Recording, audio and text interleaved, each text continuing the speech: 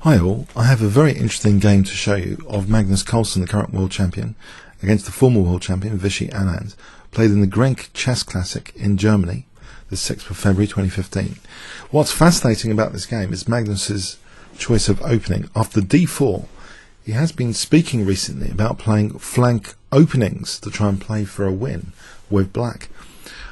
So it's very interesting to see the world champion experimenting with openings in today's climate where we have endless Slavs and Grunfeld defences.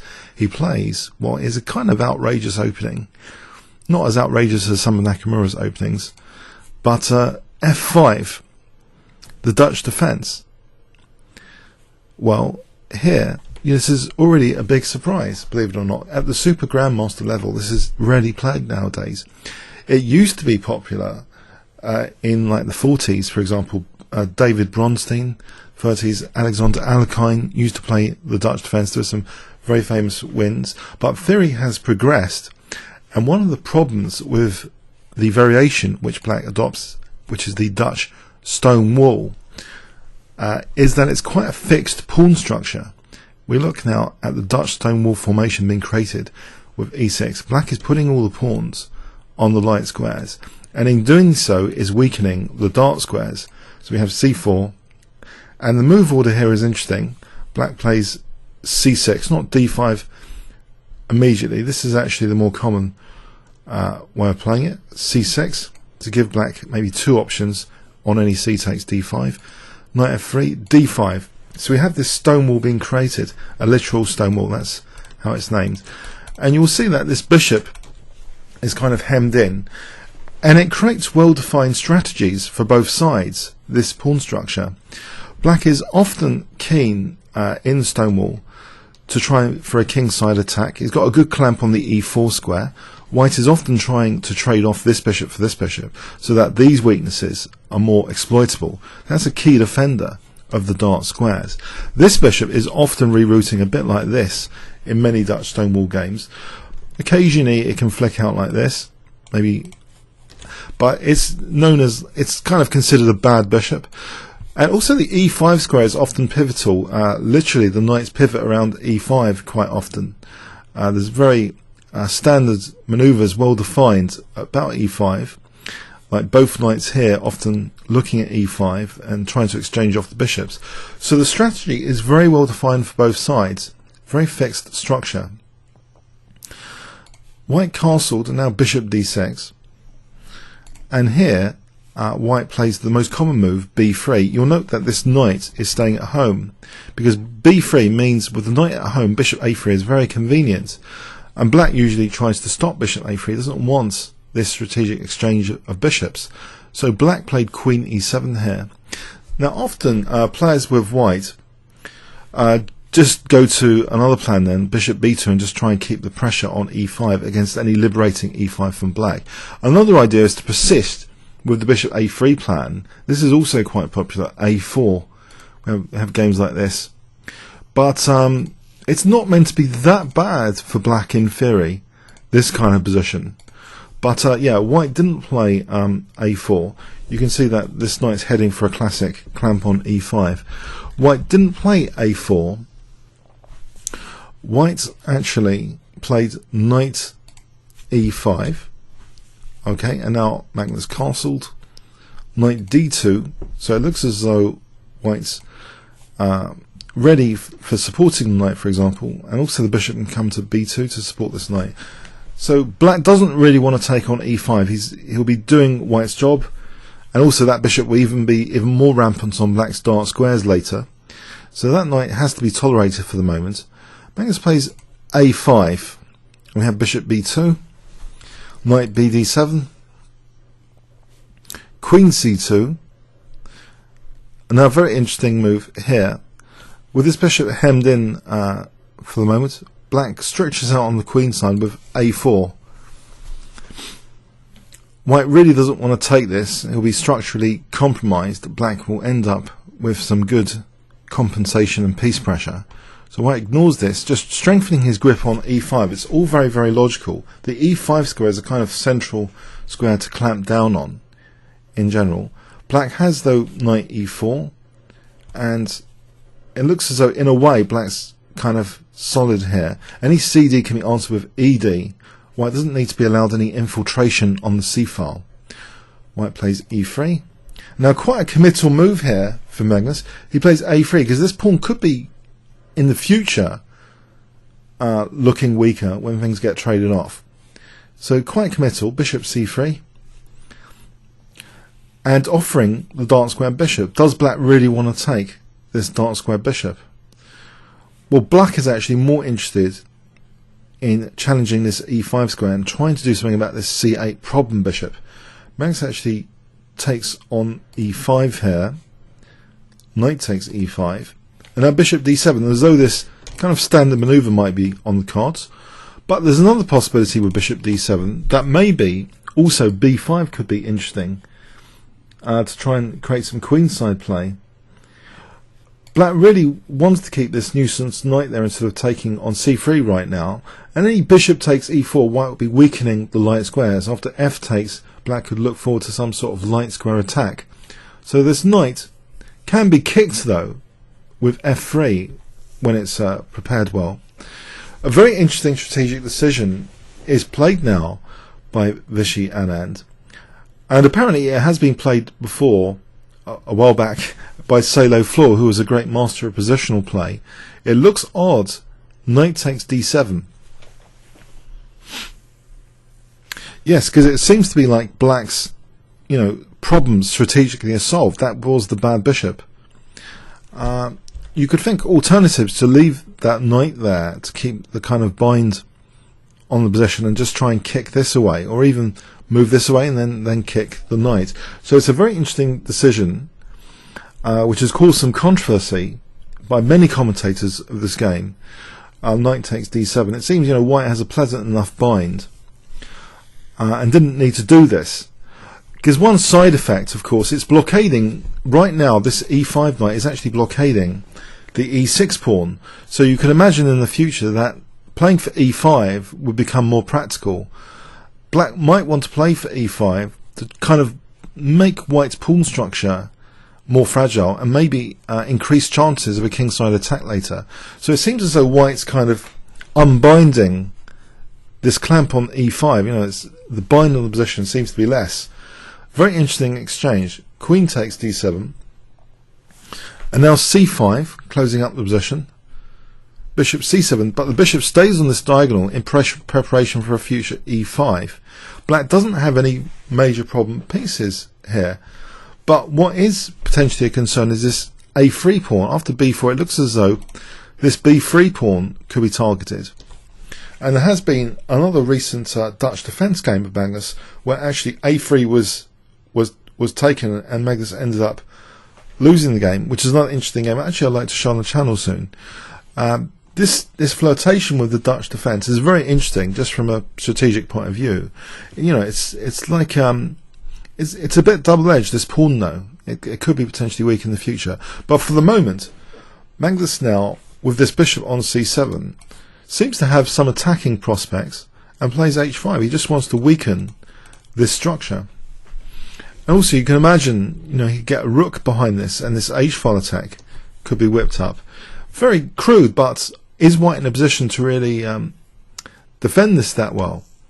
Well, white's first response is bishop E1, so that seems to be solidifying the structure a little bit. Now we have, though, E5. Yes, kind of weakness of the last move, it was off E5, so why not play E5 here? White takes now, bishop takes E5. So what's happened structurally here after rook D1? Okay, structurally it seems that maybe if the knight's kicked later, these two pawns might be a bit more fragile. That's one thing. Black is not in any great position to ever play F4 now. White's got a good grip on both F4 and D4. But also, there's another interesting possibility that's emerged here, that the bishop controls this diagonal, and actually bishop b2 is an interesting resource to bear in mind, protecting the pawn and blocking white's connection to the a2 pawn. It is a potential weakness now. you can imagine with bishop b2, this could become vulnerable in the future. So keep a watch of that, especially with Magnus's next move, which has double intentions. Queen e6, it's an x-ray attack on a2, but also the queen is free to switch for a kingside attack. We see now f3 kicking the knight, knight f6, and now what looks to be quite dangerous, bishop h3, and kind of celebrating the fact that white has taken black's light squared bishop earlier, so black is kind of more vulnerable on these light squares in theory. And not only that, this is a pin which can be exploited, it seems, with e4. So after the pawn's protected, in fact e4 here is played. So okay, this looks to be quite uncomfortable just on the light squares now, f5 and d5. Does this justify white's earlier knight takes d7? It's very interesting. But now we have some very tactical considerations coming into this. So although in theory white has the bishop pair and should have an advantage because he's putting pressure on two sensitive points on light squares where white has the light square bishop and black doesn't. But we see now d takes e4 unveils that attack on a2 takes, and now with all this pressure on f5, black is virtually forced into this sequence with bishop b2, looking at a2 now. So for the moment it's an exchange of prisoners, but with the a2 pawn taken out, the exchange of prisoners, and Nimzovich saying you're exchanging one weakness for another. But if black takes out a2, then this is a very dangerous passed pawn. It's only 2 steps away. So we have now e takes f5, queen takes a2, and black is immediately threatening also bishop d4 check now to win the queen. So white has to parry bishop d4, he has to take some time to parry that. Vishy Anand elects to connect the rooks in parrying that. The rooks are connected, d4 controlled, bishop pinned. But white is now threatening f takes g. This is handled tactically just with the move g5. It looks a bit crazy to be moving pawns around the king, but white is in not a great position to exploit this at the moment. Rook f e1. The rooks look quite beautiful though at the moment on these central files, and rook e6 will block the queen's retreat back. Magnus takes the opportunity to retreat the queen here before the queen can't come back. Queen f7, which might be useful defensively, and you'll notice this pawn is only 2 steps away from queening. Rook e6. Also there's a battery set up now on f5 which is used, knight g4, blocking the bishop's protection of f5 and threatening queen takes f5. So tactically this is a really interesting thing that's going on here. We've got pressure on f5, we've got pressure for a2 potentially one day under the right circumstances, not losing the bishop without doing anything.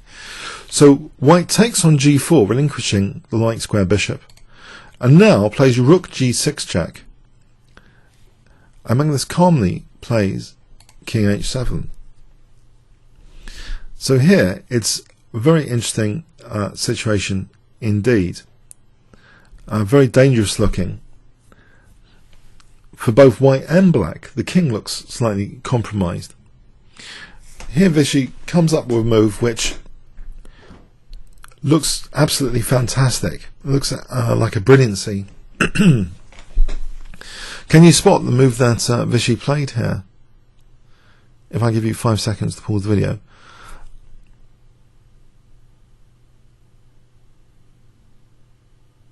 Okay, a brilliant looking move. The problem is with some brilliant looking moves is sometimes they're not sound enough and the outcome isn't great. Although they look really flash, the outcome isn't always particularly desirable. And here it may be such a case. The idea to deflect the queen to d7 may be slightly flawed here, and black has got limited choices. Black's virtually forced to play this. So Magnus must have calculated this position in advance, of course. It's a basic forcing move to look in the position after that king h7. So he takes the rook, and now the idea is revealed. f6, the x-ray on the king here, rook g7 immediately threatened. It turns out though that this rook sacrifice might be flawed in more than just one way. Magnus plays a brilliant defensive move here to handle the threats. An absolutely brilliant defensive move, one of the best moves. Can you spot the move Magnus played? I'll give you 5 seconds, starting from now.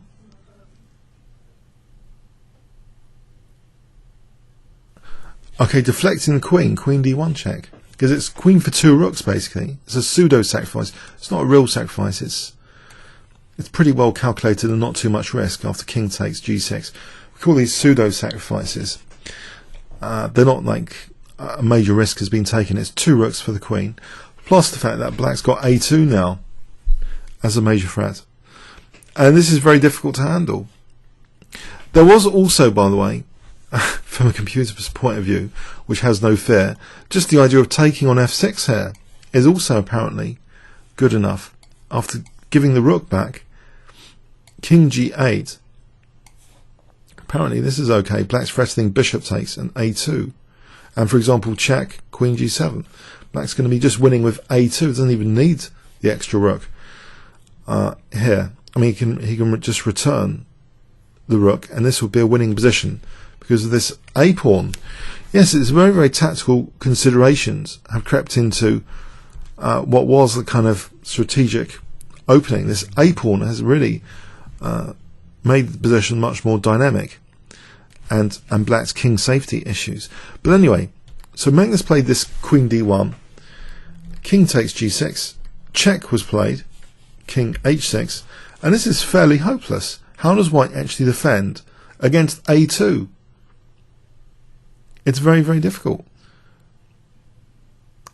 Bishop d4, I think we can just take, or maybe even pin, just pin that bishop. This a2 pawn's running away. White tried h4, and Magnus just played en passant, so his king's pretty safe. And here Vishy resigned. Magnus, in taking en passant, by the way, had avoided a naughty trap, which would have been embarrassing. Mate in 2 with check here and mate. And in the final position, where Vishy resigned after the much safer en passant, queen d7 is fairly futile here. Black can even just take this, and off the queen takes can accelerate his pawn, not bothering to protect this rook by playing a2. So if taking, we can queen supported by the bishop, and black will be a rook up. So yes, a very tactical skirmish there, which ended the game quite quickly. Maybe this will cause some new interest in the Dutch Stonewall defence at all levels. It's very interesting to see the repertoire of the world champion and the top players in general. It does have an influence lower down the chess chain, and will enthusiasts start taking up the Dutch Stonewall, looking at it with greater seriousness? Comments or questions on YouTube? Thanks very much.